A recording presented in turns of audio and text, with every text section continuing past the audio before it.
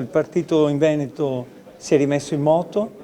e ha cominciato a dettare un'agenda politica, come voi sapete, sui temi dell'impresa, dell'autonomia, della sanità,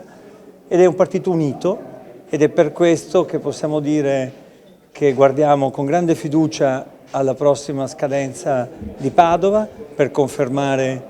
il sindaco Giordani e che guardiamo anche con altrettanta fiducia alle scadenze che abbiamo di fronte, a cominciare da quella di Verona, dove la coalizione di centrosinistra si presenta unita, mentre la coalizione di centrodestra,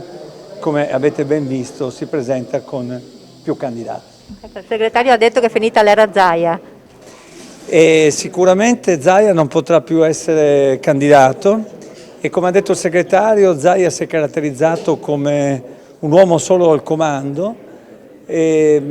ha avuto un consenso importante in Veneto e che però secondo me ha prodotto un governo non all'altezza e che oggi ha bisogno di una nuova missione e di un nuovo progetto. Noi ci faremo trovare pronti,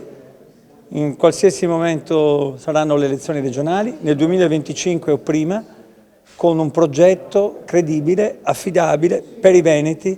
per diventare nuovamente forza di governo in questa regione. La risposta di Flor vi ha soddisfatto? La risposta? Di Flor sul tema della sanità? Beh, devo dire che Flor ha dovuto confermare quanto avevamo detto nei giorni precedenti, cioè che in Veneto ci sono dei numeri molto